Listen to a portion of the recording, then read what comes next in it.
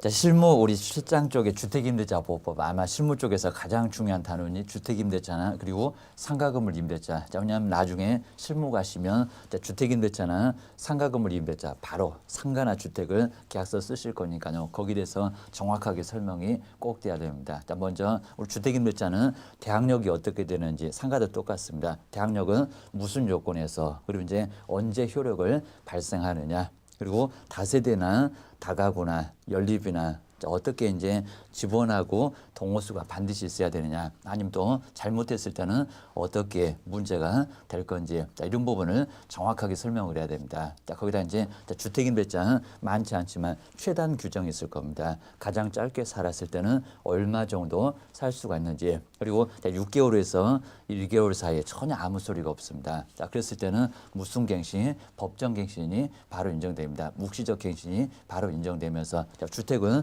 다시 2년 늘어나고요. 우리 주인 입장에서는 크게 문제가 될 겁니다. 자, 아무 소리 안 했다가 자, 괜히 또 만기 한 보름 정도 놔두고 나가라. 자, 이미 늦었습니다. 자, 세입자가 2년을 더 살겠다. 그러면 주인이 꼼짝을 못 합니다. 상가도 마찬가지입니다. 만기 6개월에서 1개월 사이에 나가라고 하든지 그리고 올려주세요라고 얘기하라는 겁니다. 그 얘기 안 하게 되면 묵시적으로 갱신됐다. 얼마씩 상가는 또 1년씩 막 늘어납니다.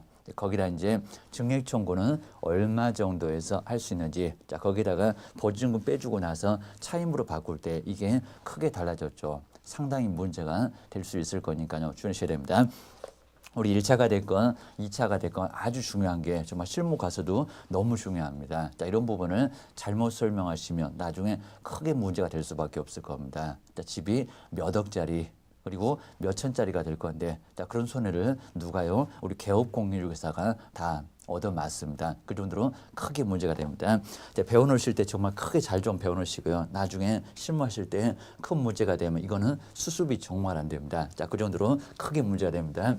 자, 먼저 우리 실무 쪽에서 정말 너무 중요한 거 꼭 기억해 놓으시고요. 실무 쪽에서 실장 쪽에 주택임대차, 주택하고 이제 상가건물 임대차. 그래서 이제 임대차가 민법에 나와 있는데 자, 주택만 따로 떼서 강하게 보호를 해주겠다는 겁니다. 우리 민법에도 민법 교수님이 임대차 규정을 설명을 했을 겁니다. 그거 말고 주택은 특별한 법이니까 이 법을 먼저 적용하십시오. 그러니까 누구를 임차인을 강하게 보호를 하기 위해서 뭐를요? 주택만 따로 떼서 뭐만 따로 떼서 또 8장에 가시면 상가만 상가 건물만 따로 떼서 강하게 누구를 임차인만 강하게 보호하겠다는 겁니다. 언제입니까? 주택임대차는 84년도에 민법은 60년도에 만들어졌는데 우리 이제 우리 월드컵 4강까지 갔을 때 앞으로 정말 갈지 모르겠는데 2008은 이제 2년도 그리고 11월 1일부터 이 법은 거의 30년이 넘어갔는데 이 법은 그래도 2, 3년 됐으니까 이 법은 그래도 좀 따끈따끈한 법입니다. 이 법은 상당히 오래된 법입니다.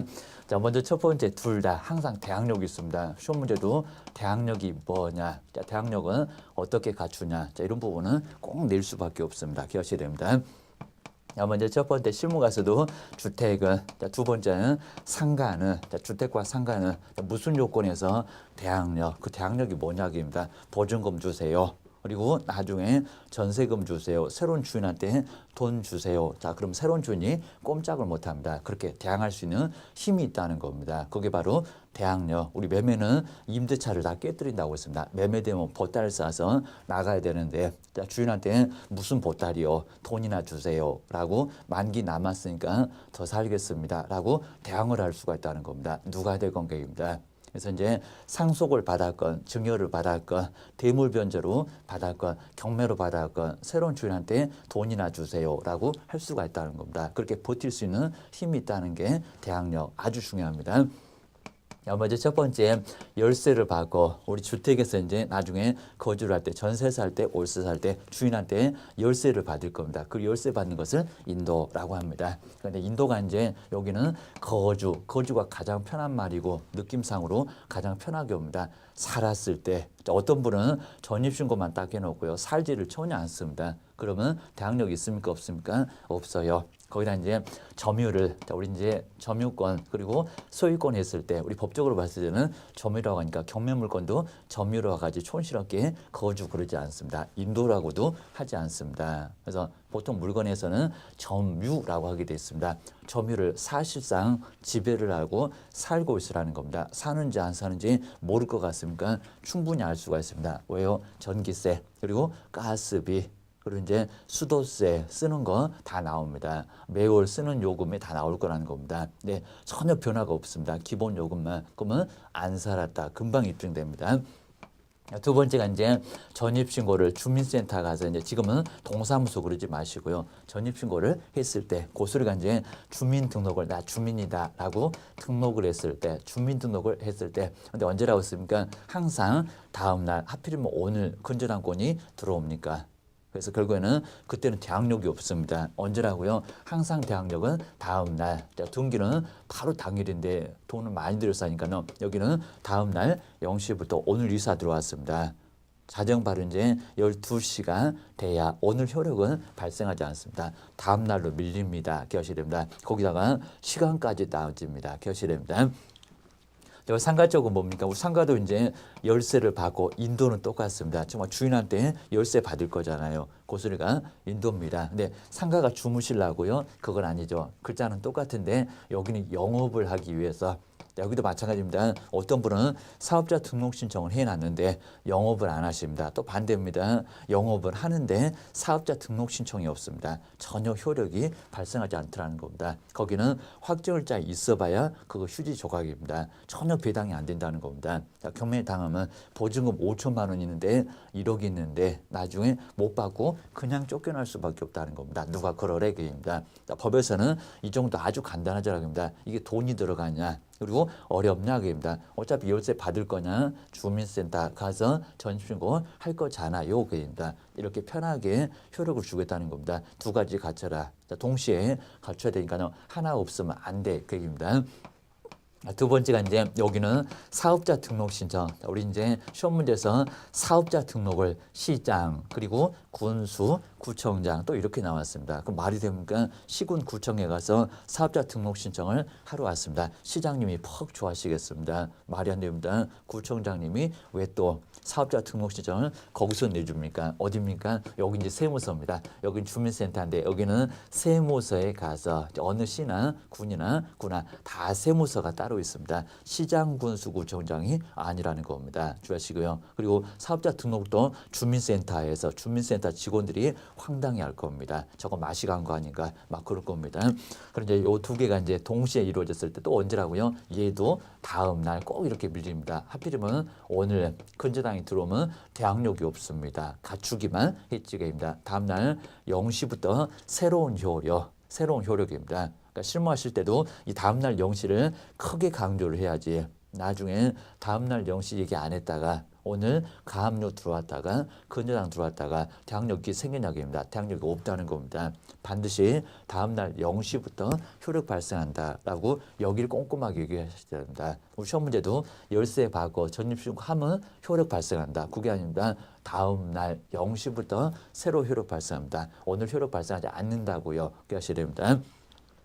자, 그 정도를 꼭 주의하시고요. 그다음 이제 우리 대항력은 이제 뭐냐입니다. 이렇게 대항력은 두 가지였습니다. 자, 그 중에서 이제 첫 번째가 열세 받고 사는 거. 우리 이제 판례 내용들이 많이 나올 겁니다. 우리 판례 쪽에서 이제 여기는 열세를 받는 게 인도가 이제 뭐냐. 자, 인도도 어떤 경우에 효력이 발생하느냐입니다. 자, 먼저 첫 번째 가족이 이렇게 가족이 이제 열세 받고 사는 거니까 가족이 점유를 하고 있을 때 효력이 발생할까요? 안 할까요? 기억하셔야 됩니다. 먼저 첫 번째 우리 갑이란 분이 남편이었는데 우리 남편은 대전에 있으니까요. 서울로 나중에 올라올 건데 누가요? 남편이 계약자입니다. 근데 이 남편은 점유를 안 한다는 겁니다. 나중에 들어올 거니까 점유 전입신고도 안 하고 있습니다. 근데 부인이나 누가요? 자녀는 이렇게 부인하고 자녀는 부인 자녀가 아예 안 살면 안 된다는 겁니다. 부인이나 누가요? 자녀가 이렇게 가족이 그입니다. 가족이 뭐 하고 있다고요? 여기서 이제 가족이 그입니다. 여기서 이제 가족이 점유를 하고 있을 때 점유를 하고 있고, 그리고 이제 뭐를요? 전입신고를 가족이 하고 있을 때 전입신고를 했을 때입니다. 여기는 이제 2000년도, 2000 바로 이제 2005년도, 그리고 이제 10월 5일 정도의 계입니다. 자, 그러다 이제 처음에는 아예 근저당이 없었는데 갑자기 언제요? 2010년 정도 되니까 갑자기 근저당이 들어왔습니다. 5월 20일 정도에 없었던 근저당 들어왔고요. 자, 그 후에 이제 누가 들어왔다고요? 바로 남편이 들어왔을 때 대항력이 있을까요? 없을까요? 이렇게 하셔야 됩니다. 자, 결국 이제 2015년 보시가 2015년 우리 시험번은 10월 24일 토요일이라고 있습니다. 괜히 또 문제가 됩니다. 그럼 여기서 이제 남편이랑 여분이 남편 계약자입니다. 남편이 이제 들어왔을 때입니다. 남편이 여기서 이제 점유를, 여기서 이제 대전에 살고 있다가 이제 부인하고 이렇게 같이 합치게 됐다는 겁니다. 요걸 가지고 세대 합가다 고소를 합니다. 부인하고 그리고 남편이 무슨 견우직녀도 아니고요. 이제 합쳤습니다. 그래서 여기 이제 전입신고를 하고 있었을 때 그러면 대항력이 있을까요? 없을까요? 먼저 부인 들어왔던 날짜, 그 말소 기준골보다 먼저 있으니까 뭐 할 거고요. 이쪽으로 보게 되면 대항력이 있을 거고요. 버틸 수 있는 힘이 있다는 겁니다. 그게 뭡니까? 전세금이 1억이나 됩니다. 지금 경매로 나갔다는 겁니다. 그러면 근저당 않고 여기 또 2억이나 됩니다. 집값은 한 2억도 나올까 말까 한 대입니다. 자, 결국엔 1억을 받고 나갈 수 있을까요? 없을까요? 입니다. 자, 이렇게 보면은 대항력이 있을 거고, 자, 대신에 남편이 들어온 날짜, 말소 기준고리에 지금 밀려 있습니다. 자, 이렇게 되면 뭘로 보면요, 남편 들어온 날짜로 보면은 합쳤을 때는 2015년이었으니까 그입니다. 여기서 뭐 한다고요? 요 날짜로 봤을 때는 대항력이 뭐하다? 없다. 우리 판례에서는 뭐라고 있을까요? 자, 이런 부분은 너무 중요한 부분이니까요. 기억을 꼭 해놓으셔야 됩니다. 자, 언제라고요? 자, 먼저 남편은 누구를 통해서요?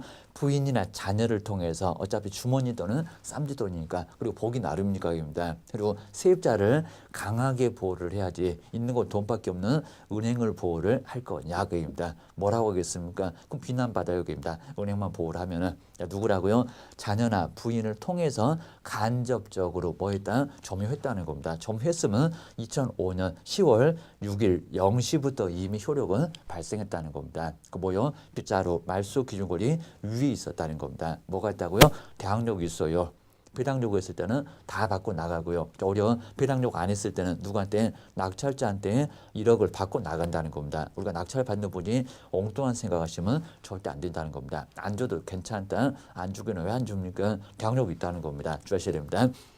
우리 판례 쪽에서는 요건 대항력이 있다고 했으니까요. 가족을 통해서 간접적으로 점유를 하고 있었다. 그러면 새로 들어온 날짜가 아니라 나중에 들어온 날짜가 아니라 먼저 들어왔던 날짜가 효력이 발생한다는 겁니다. 꼭 기억하셔야 됩니다. 자, 두 번째 이런 판례도 이제 많이 썼죠. 자, 먼저 임차인이 누구의 동의를 받았어요? 자, 임차인 임대인의 동의를 받습니다. 만약에 임대인의 동의를 받지 않았다, 효력이 전혀 없습니다. 동의를 받았을 때 요거하고 똑같습니다. 처음에 2005년도에 들어왔는데 나중에 주인의 동의를 받아서 나중에 나갔다. 그리고 새로운 분이 들어왔다. 그랬을 때 효력은 언제일까요? 그입니다. 자, 동의를 받고 이제 새로운 누구한테요? 전대차 계약을 체결했다는 겁니다. 그럼 누가 들어와 있겠습니까? 여기 이제 전차인이, 요분이 갑이면 병이라는 전차인이 새로 들어왔을 거라는 겁니다. 요분이 점유를 하겠네요. 자, 점유나 그리고 거주도 잘못되면 안 된다는 겁니다. 누구요? 전차인이 하고 있어야지. 괜히 또 종전의 임차인, 그럼 효력이 전혀 없습니다. 자, 이런 경우는 종전에, 자, 중간에 또 말소 기준을 들어오면 어떡합니까? 종전의 임대차의 효력은 계속 유지가 될까요? 아니면 전대차 계약서 나중에 썼을 건데 말소 기준물보다 뒤에 있을 건데 새로운 효력이 발생할까요? 우리 판례는 뭐라고 했을까요? 여기입니다. 빠른 게 좋은 거니까 여기 뭐라고 했다고요?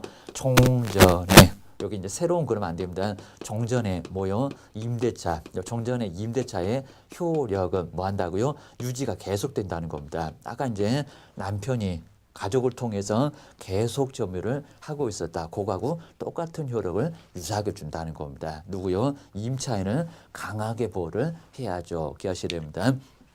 불쌍하니까 나중에 이제 보증금 1억 전 재산인데 그거 못 받으면 나중에 뛰어내리고 난리가 납니다. 뛰어내릴 때 저만 뛰어내리는 게 아니라 누구도요? 애들도 싸가고 뛰어내립니다. 그 정도로 큰 문제가 되니까요.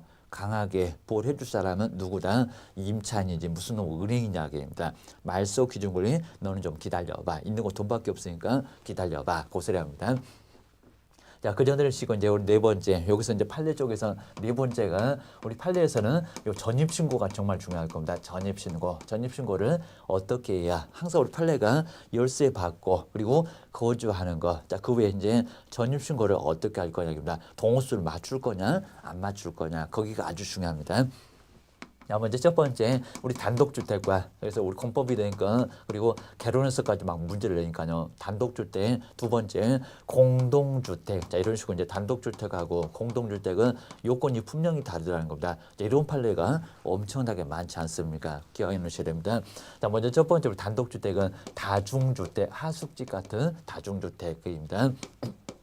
그다음 이제 다가구 주택일까요? 아니면 다세대 주택일까요? 뭐가입니까? 여기는 다가구 주택입니다.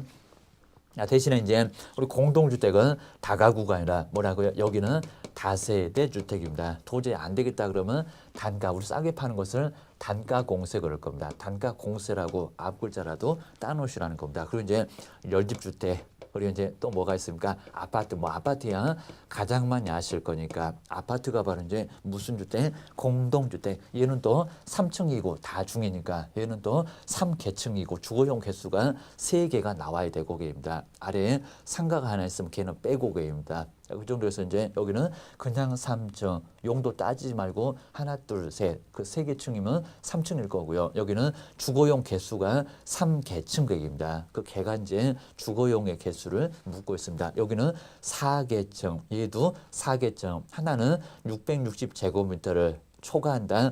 연립이 초과한다입니다. 애들 담배를 연초 그럴 겁니다. 여기가 이제 660제곱미터를 초과했을 때 얘는 면적 안 따집니다. 개수가 5개층 이상만 되면은 아파트. 이 정도는 충분히 알고 계셔야 됩니다. 실무할 때 그게 헷갈리면 되겠습니까? 시험 문제도 엄청 많이 나왔다고요. 기억하셔야 됩니다.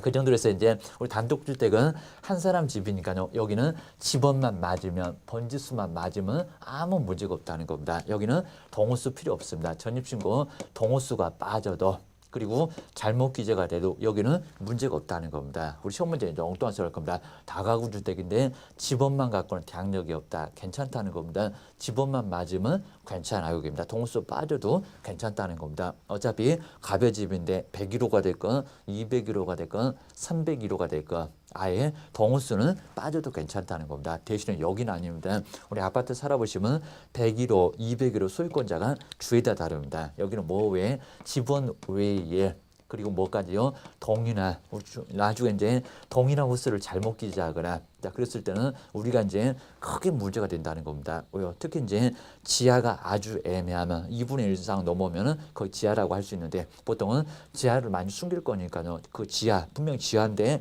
101호 해놓으면 모두 틀려버릴 거라는 겁니다. 자 그랬을 때는 누가 책임질 거냐? 누구? 우리 개업공인 중에서는 그렇게 신고하라고 했으니까 나중에는 책임질 수밖에 없다는 겁니다. 기억하셔야 됩니다. 그 정도 기하시고요. 그 다음에 다섯 번째가 우리 최우선 변제금은 여기서 이제 쓰는 게 이제 우리 최우선 변제금은 확정일자 필요 없습니다. 고소입니다. 그러니까 확정일자 필요하지 않고요. 여기는 대항력만 갖추면 뭐를 받을 수 있다고요? 최우선 변제를 받을 수가 있습니다. 근데 그 최우선 변제금 정말 심했을 때는 84년도에 처음에는 300만 원, 200만 원 그렇게 출발했으니까요. 이런 금액을 우리 15회 때 단 1%밖에 합격을 못했다는 그런 시험에서는 금액이 얼마였을까요? 이런 시험 문제를 내놨다는 겁니다. 아마 선생도 못 풀 겁니다. 그 정도로 심하게 걸탕 먹어라 문제를 낸 적이 있었습니다. 이거다 이제 87년 정도 되니까 12월 1일 정도 되니까 금액이 약간 올랐습니다. 500에서 그리고 200 정도 올랐으니까요. 400 정도 올라갔습니다. 그리고 이제 90년 정도 되니까 갑자기 없었던 소액 보증금이 생겼습니다. 뭐라고요? 2천에 그리고 700만 원. 1,500만 원에 500만 원이 바로 최우선 변제금 이런 식으로 달라졌습니다. 여기는 2월 19일 그리고 이제 95년 정도 되면은 또 달라졌습니다. 10월 19일 정도에 여기는 3천만 원에 이제 40%였습니다. 1,200 딱 두 개였습니다. 기타 지역은 2천만 원에 나머지 이제 800만 원을 최우선 변제 받을 수가 있었다는 겁니다. 주의하셔야 됩니다. 그다음 이제 2001년도 9월 15일 되면 이제 4천이 이제 지역이 세 개로 달렸습니다. 4천에 1,600, 3,500, 3,000, 1,400이나 1,200까지 최고 우선 번제를 받았습니다. 자, 그다음 이제 2008년 정도로 가서 이제 여기는 한 7년 동안 안 올렸죠. 그래서 이제 4천에서 6천으로 올라갔습니다. 6천, 5천, 4천. 1,000만 원씩 빼갈 때는 300만 원씩 빼가세요라고 해서 이제 거기서 6천, 2천이었는데 그입니다. 그러면 1,700, 1,400이었습니다. 이런 금액 다 물어볼 수가 있습니다. 그리고 이제 2010년 정도 되니까 여기도 이제 증액을 하게 됐습니다. 자, 그게 이제 8월 여기 이제 21일이었었고 여기는 7월 26일부터는 여기 이제 금액을 약간 올렸습니다. 7,500으로 올렸죠. 자, 그다음 이제 바로 이제 14년에 다시 올렸죠. 여기 이제 그래서 우리 교재에 나올 겁니다. 2014년부터 새로 올린 금액이 있습니다. 기억하시렵니다.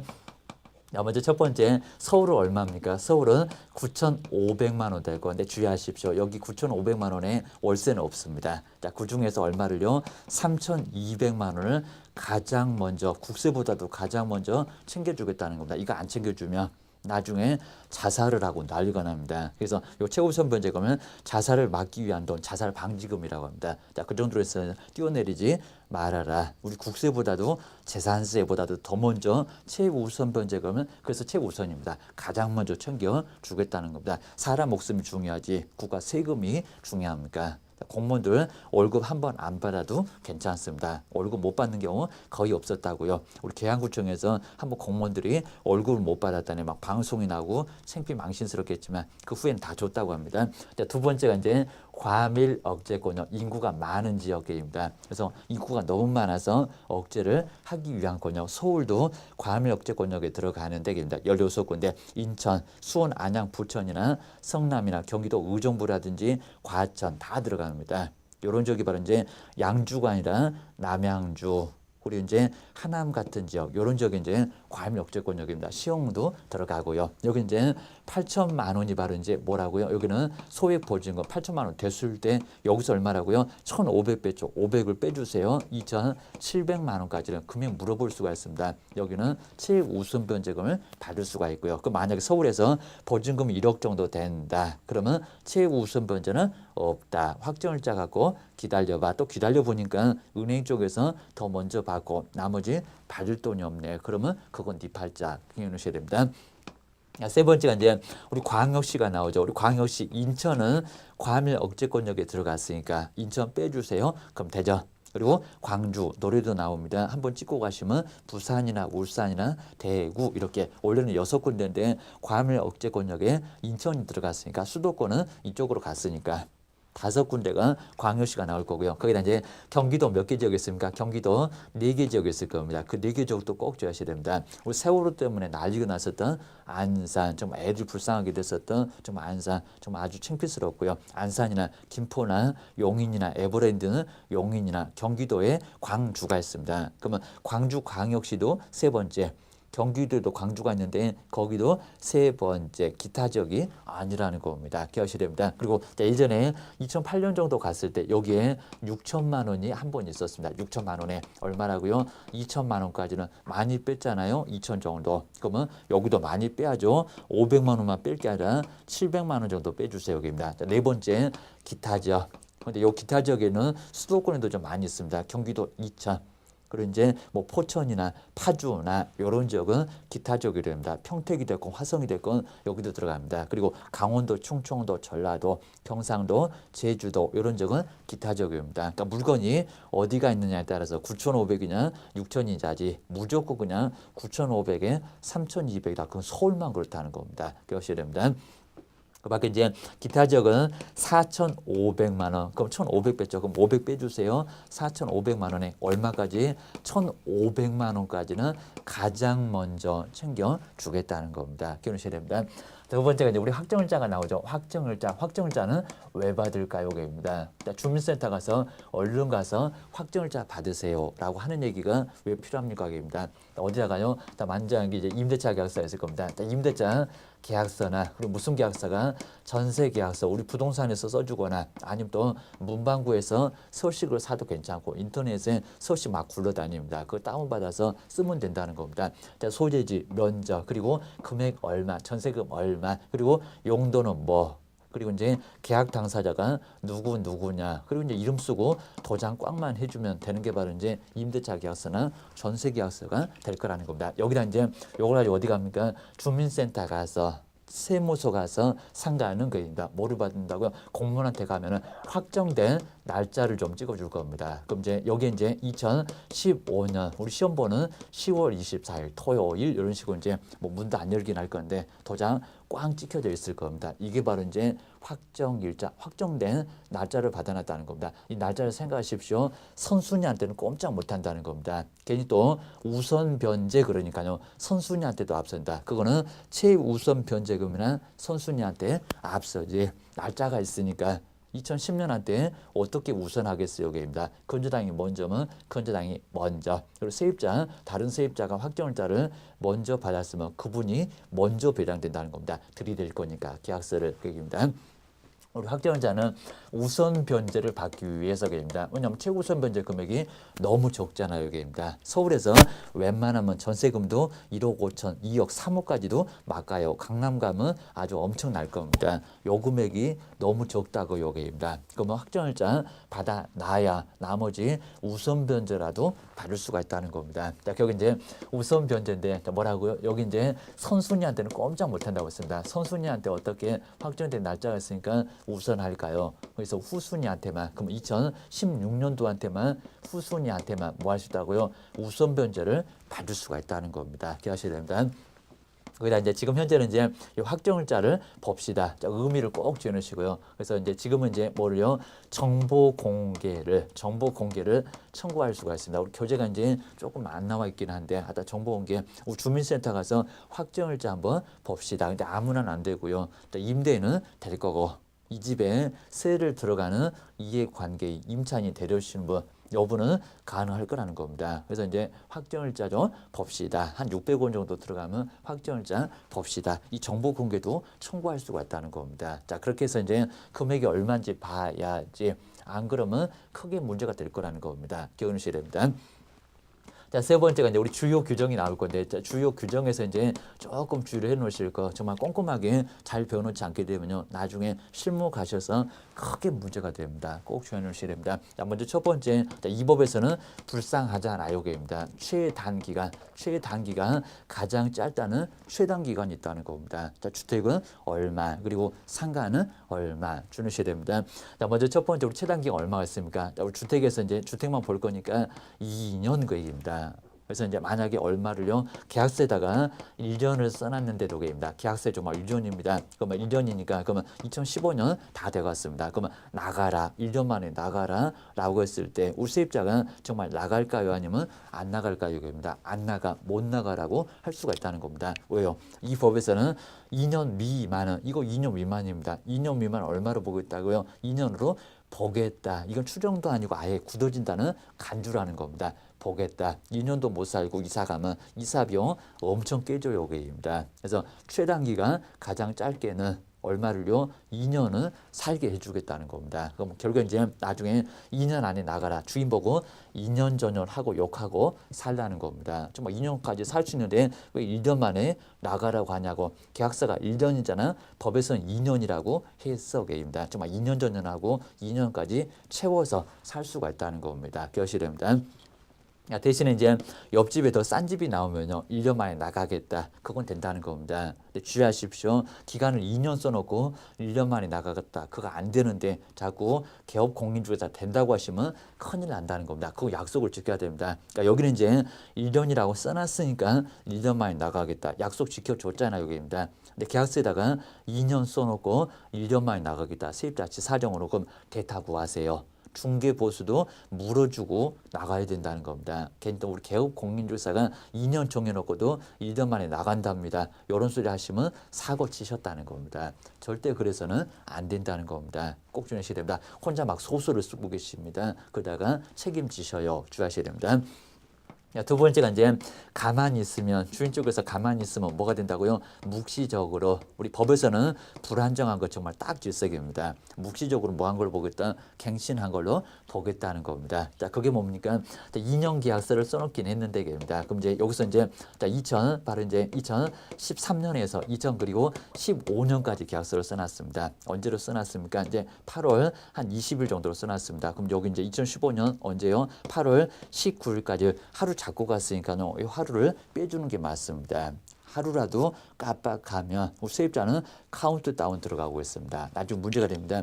언제라고 했습니까? 만기 6월. 너무 빨라도 안 된다는 겁니다. 또 언제라고요? 만기 1개월, 최소한 만기 1개월 요 사이에서 정말 너무 빨라도 안 되고 성질 급해갖고 아직 10개월 남았는데 나가라 안 된다는 겁니다. 그거 아무 효력이 없습니다. 그리고 너무 늦어서 이제 20일 남았는데 보름 남았는데 이제 와서 나가세요. 자, 그럼 얼마로요? 얼마로 연장된다고요? 2년. 또 2년 전이라고 또 살게 생겼다는 겁니다. 그러면 내년이 아니라 언제라고요? 내후년. 언제까지? 8월 19일 우리 세입자는 경산 안내 아주 난리가 났습니다. 자, 지금 현재는 보증금이 1억인데 집을 알아보니까 1억 5천 가고 있다고요. 5천 준비가 도저히 안 되는데, 자, 주인이 더 살라고 한 거는 다름없다는 겁니다. 그럼 여기다 이제 5%만 올려주면 얼마밖에 안 됩니까? 500만 원. 지금 5천이 필요한데 10분의 1입니다. 500만 원만 올려주면 1년을 더 살 수가 있고요. 또 올려달라 또 5%만 올려주면 부담이 전혀 없다는 겁니다. 그것만 올려주면 1년씩 연장해서 2년을 다 채워서도 나갈 수가 있다는 겁니다. 이 정도로 아무 소리 안 했다가 나중에 문제가 된다는 겁니다. 기억하셔야 됩니다. 그럼 이제 최소한 만기 1개월이니까요. 그러면 최소한 7월 그리고 19일 그것도 딱 돼가고 하지 마시고요. 한 6월 정도에 얘기를 해야죠. 그리고 나갈 집도 알아봐야죠. 그입니다. 여기도 마찬가지입니다. 최소한 여기도 이제 6개월 전이니까 여기도 빨리 얘기하시라는 겁니다. 2월 19일 정도 사이에서는 얘기하라는 겁니다. 그 전에 얘기하면 효력이 없고 너무 늦으면 이미 2년 전이라고 살 거니까 묵시적 갱신 2년이 된 걸로 본다는 겁니다. 자, 거기다 이제 우리 세입자는 아주 신났습니다. 그만한 집이 없으면 2년을 더 살고, 그리고 이제 옆집에 더 싼 집이 있으면요. 몇 개월 후라고 했습니까? 3개월 후에는 또 효력이 발생한다는 겁니다. 그럼 여기서 이제 나간다 라고 해지 통보를 해주면 거기서 얼마라고요? 3개월 후에는 효력이 발생하니까요. 주인은 얼른 또 1억을 대출이라도 받아서 내줘야 그래야 문제가 없다는 겁니다. 나중에 그렇지 않으면 보증금 반환 청구 소송 들어오고 아무 소리도 안 합니다. 경매로 집을 딱 날려줍니다. 그러면 소송 비용, 변호사까지 샀습니다. 변호사가 기본이 500입니다. 거기다가 또 경매 집행할 때, 경매 신청할 때 바로 또 비용을 예납합니다. 그 비용까지 물어주면 배꼽이 이제 더 큽니다. 이런 식으로 그냥 무마시키면 절대 안 된다는 겁니다. 기억하셔야 됩니다. 야, 요즘 세입자는 얘기하기 정말 싫어합니다. 뭐하러 얘기하냐고 괜히 또 핏대 세우고 머리끄댕이 갖고 싸우니까 소장을 딱 날려주고요. 경매 신청을 축하 선물로 날려준다는 겁니다. 자, 그 정도로 요즘은 크게 문제가 되니까요. 인터넷에서 상담이 아주 잘 되고 있으니까 변호사 없어도 상담이 잘 되고 있으니까 무조건 요즘은 묻지 않습니다. 뭐 돈 주세요? 그 소리 안 한다는 겁니다. 왜 안 주냐고 절단을 바로 냅니다. 주의를 꼭 내셔야 됩니다.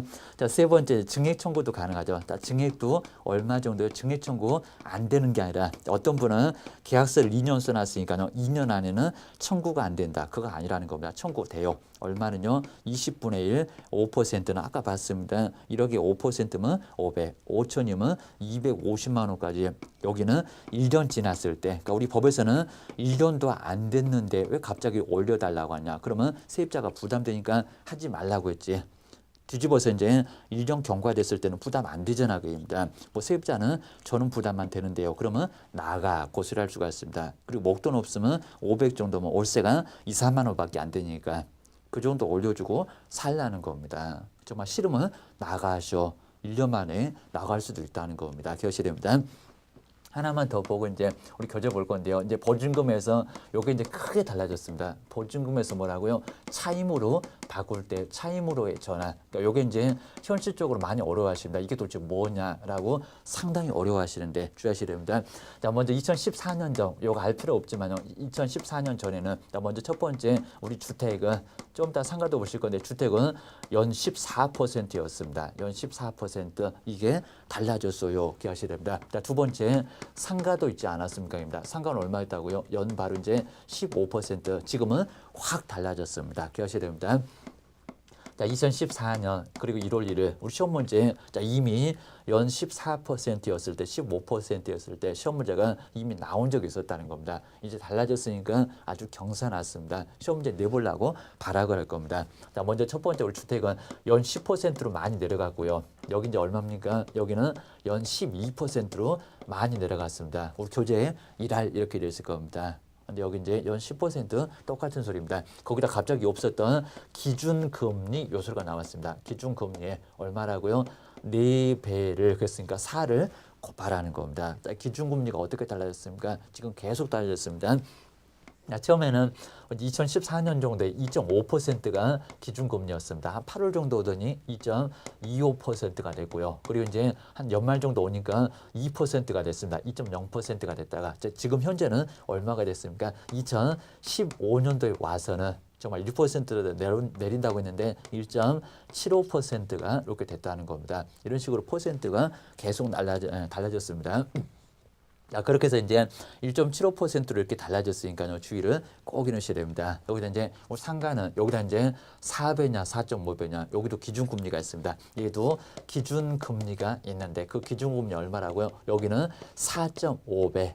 왜냐면은 여기가 10%니까 그리고 12%로 약간 높으니까 여기도 5배는 아니고 4.5배를 곱하라는 겁니다. 자, 그 중에서 여기도 이제 마찬가지입니다. 이 둘 중에서 뭐요?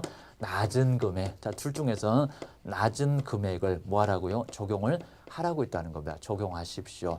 라고 했을 때 낮은 금액, 높은 금액이 아니라 낮은 금액. 우리 실무에서 여기가 계산 방법도 어렵고요. 상당히 어려우니까 여기는 크게 문제가 될 거라는 겁니다. 기억을 꼭 해주셔야 됩니다. 자, 그 정도로 해서 이제 여러 가지 규정이 좀 있으니까요. 한번 점검을 꼭 해놓으시고요. 그래서 이제 우리 교재 내용에서 이제 간단하게 한번 점검을 해보시면 좋을 거니까요. 바로 이제 뭐 적용 대상부터 쭉 해서 내용들이 꽤나 좀 많이 있습니다. 자, 그런 부분은 우리 다음 시간에 교재 이론 부분만 간단하게 점검해 놓고요. 이제 상가적으로 다시 한번 넘어가 보겠습니다. 고생 많으셨습니다.